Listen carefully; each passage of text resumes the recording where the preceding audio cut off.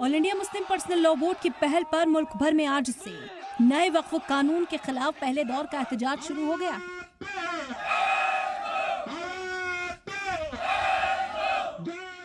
जो 7 जुलाई तक चलेगा।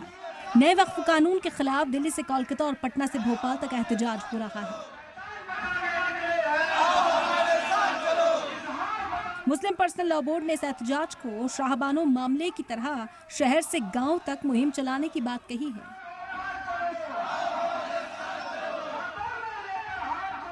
एहतजाज के दरमियान मुसलमानों का कहना है कि यह कानून सीधे सीधे मुसलमानों पर हमला है। तो ये बिल्कुल मुसलमानों के खिलाफ है।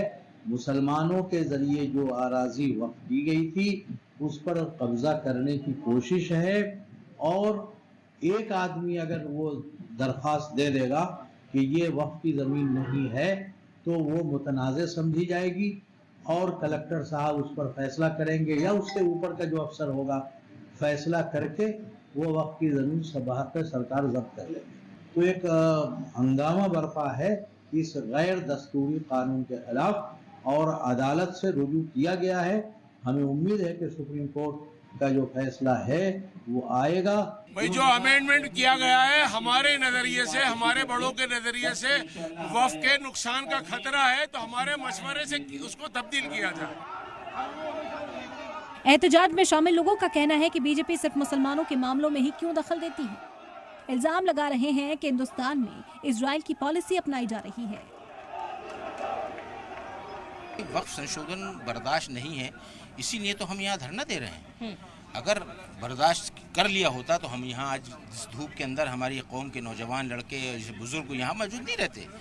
हमें सिर्फ इस बात का इख्तिलाफ है कि सिर्फ मुस्लिम मामलात में मुदाखलत करके, इससे पहले 3 तलाक लाए, हमारी माँ बहनों को बड़ी इज्जत और कारोबार और सब दिला रहे थे, कितना कर लिया उन्होंने।